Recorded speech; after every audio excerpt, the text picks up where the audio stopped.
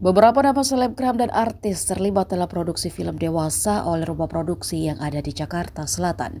Hal ini terungkap setelah Polda Metro Jaya membongkar PH tersebut.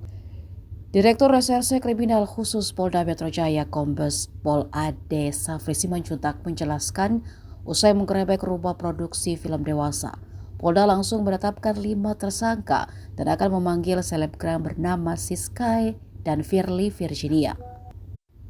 Keduanya diduga ikut berperan dalam salah satu film yang tayang di beberapa situs online. Sementara 5 tersangka yakni inisial I sebagai produser, sutradara, admin website hingga pemilik rumah produksi, JA sebagai kameramen, Ais sebagai editor, AT sebagai sound engineering, serta SE sebagai sekretaris dan juga pemeran wanita. Rumah produksi ini mencari pemeran melalui jaringan atau sindikat penyalur. Juga melakukan profiling calon pemeran melalui media sosial. Pemeran adegan dewasa ini tak terikat kontrak. Para pemeran mendapat bayaran setiap produksi film selesai. Polisi saat ini masih memburu 11 pemeran wanita dan 5 orang pemeran pria yang terlibat dalam proses pembuatan film.